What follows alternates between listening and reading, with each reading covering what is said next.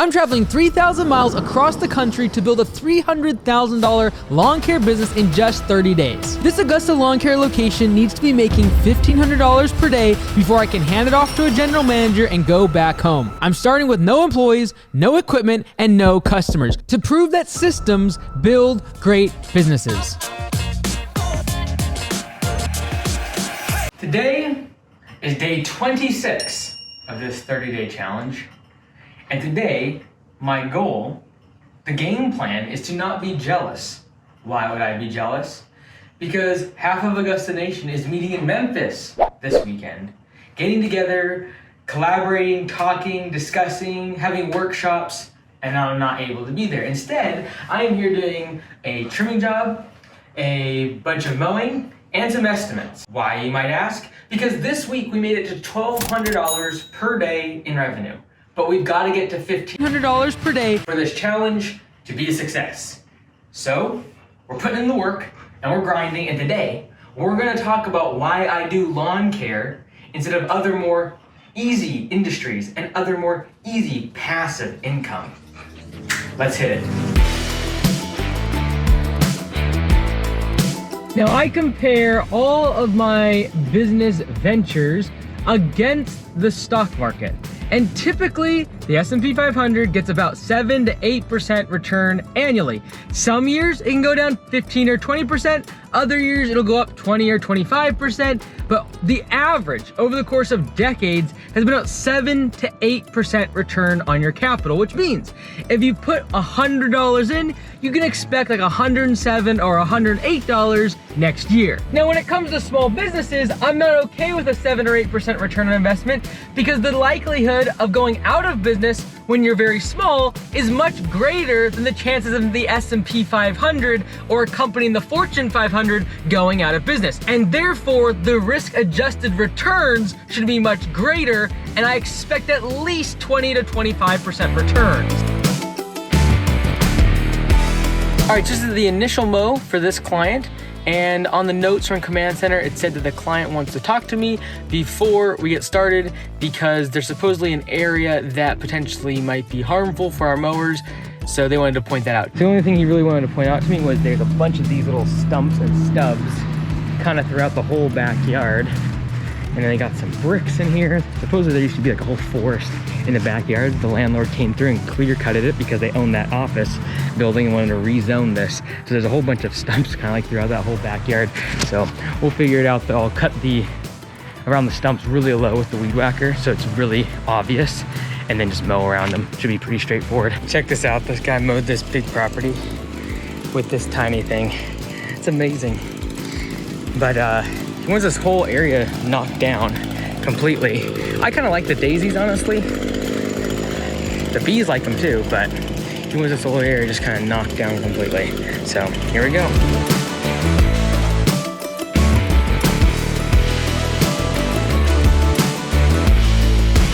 This lawn is a $50 lawn per week. And so that gives us what? 50 divided by 70. That's like 3/4 of an hour, something like that.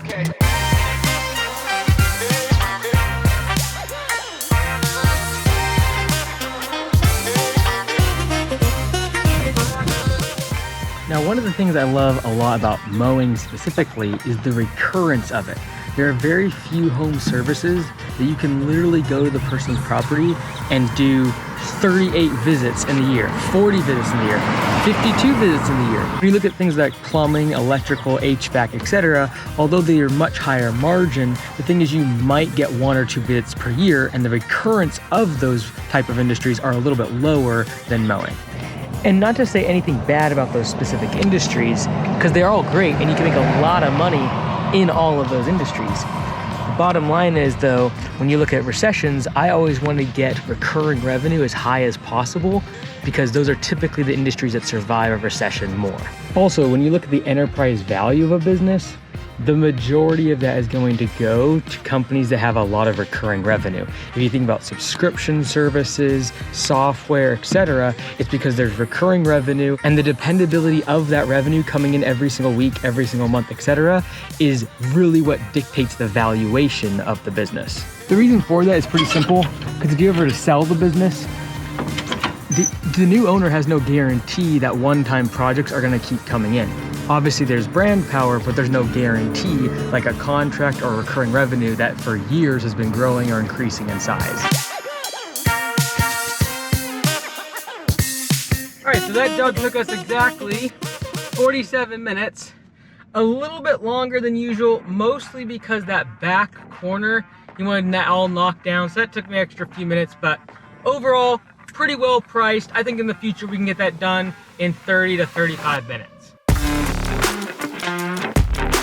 Selling is because equity, or the value of the business that I increase and I own, I don't have to pay any taxes on equity. And if you look at the stock market and you look at companies, they have this thing called MRR, or monthly recurring revenue, or ARR, annual recurring revenue. And the value of those companies is mostly dictated by their recurring revenue. That's why some companies in the stock market are valued at like 4 or 5 times earnings, versus other companies are worth 30, 40, 50 times earnings. It's simply due to the stickiness of that recurring revenue and those subscriptions. All right, so we're at a property that we did a cleanup and mulch install yesterday at, which I'll show you soon, but this bush, they also wanted done, so came back and I'll knock this job out real quick. And yeah. Unfortunately, I forgot the hedge trimmer, so pruner it is.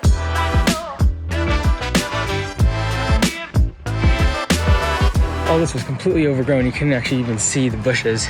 Everything was completely overgrown with ivy. Trim this one back, I got a little more work to do. Back here, same thing. This was all ivy all the way up that tree. Looks way better. This back area you might recognize from the other day. This entire area, it looks nuts, and it is. Let me zoom out here for you. There's a gate right here, or sorry, a fence, was 10, 12, 15 feet tall. A lot of bamboo, all cut back, bed nice and cleared out. Looking much better over there. You almost can't even recognize this place. Looks much, much better. Great job, Chandler. Great job, Jonathan. You guys nailed it.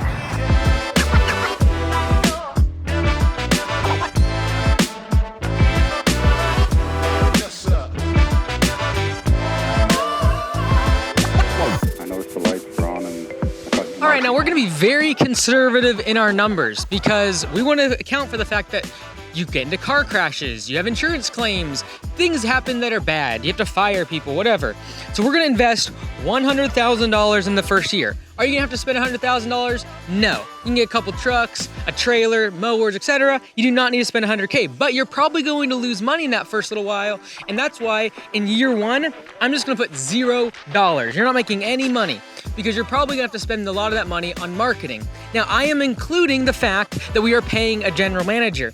If you're working by yourself as the owner, you're gonna be taking owner's distributions, but let's just assume it's like a $50,000 a year, the equivalent of what you'd be paying a manager. Now, if in year number 2, we're going to take distributions of $15,000 as the owner, that means that we technically make about 15%. It's actually less than that because 15%, there was 0% in year 1.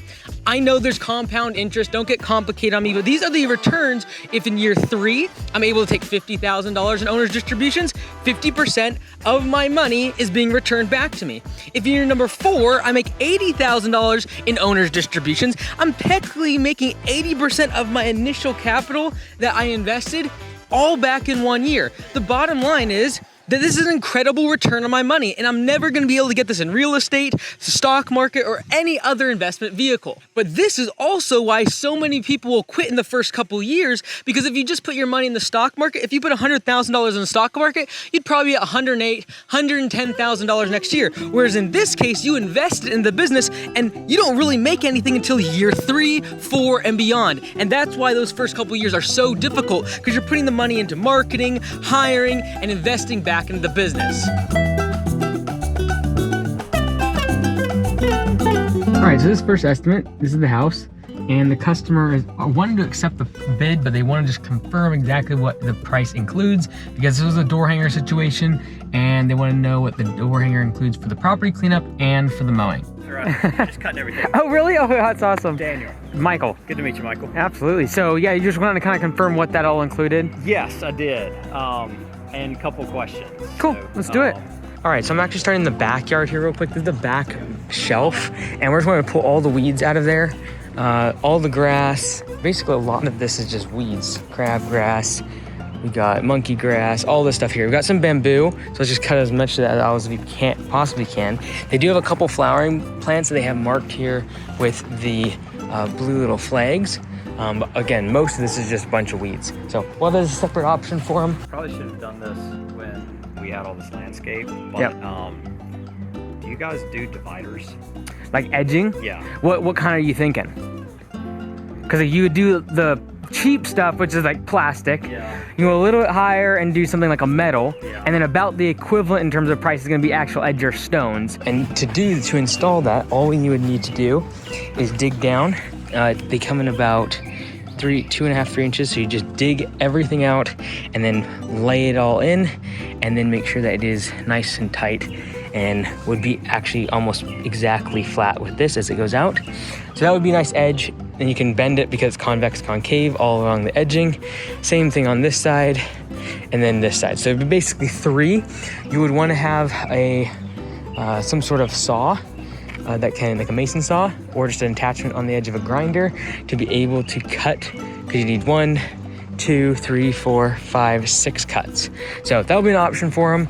Probably gonna go with like a Tuscan color, kind of match this front of the house. Yeah, so usually like the door hangers basically includes everything that we can see in the front yard. Okay. The mowing we can see from GPS, so that includes everything. Okay, got it. But like in terms of like the property cleanup on this one, all the bushes up front, I was thinking too, like getting all this grass around the edges. Yes. And then like trimming all this stuff up. Perfect, yeah. And then in terms of the property cleanup, the part he's gonna want from the door hanger is $2.99 from the door hanger. And what we're gonna do is pull out all the grass that is out of the lawn, so all the stuff that's in the flower beds, and all the weeds throughout the bed. What we'll do also is rake the flower beds out. You can see there's stuff he's pulled, like just the tops out, so we'll try to get as much as we can. And then when we rake, he said just be careful because there is drip lines throughout the bed area. You can see the drip lines here. Just be careful when we're raking. But a lot of just little weeds, and if we just really do it by hand, we can get most of it, I think. So we can do all those beds there, all these beds here, and these beds here. And then also as part of that, we will trim this bush up. We will need the ladder and the pole saw, or the pole a hedger. Get all of this, shape everything up. We'll trim the tops of these down below the windowsill, but then we'll also grab the dead branches that are in here, as well as over on this one. Just hand prune those out. Just be carefully, selectively topping of that bush there. Back to my little rant about recurring revenue. When you think about a company like Apple, a company we all know that makes iPhones and iPads and computers and all the rest of it. Now, they haven't made anything super innovative, a brand new product in a very long time. Like the most recent was probably like the Apple Watch. It's not super impressive. However, in that same amount of time, the past 10, 15 years, their stock price has gone up by like 10x. Why is that? Not because they're selling more of the hardware and the computers and the phones, etc. Maybe growing 5, 10, 15% in all those categories, and in some categories actually declining in sales. What's gone up parabolically is their recurring revenue, their services, Apple Music, iCloud, all these different subscriptions that they're now selling as services. If you look at their profit and loss statement, that's what's growing, and that is very sticky. And that is what Wall Street likes. And that is the valuation mechanism by which many stocks and companies are valued, including your small business.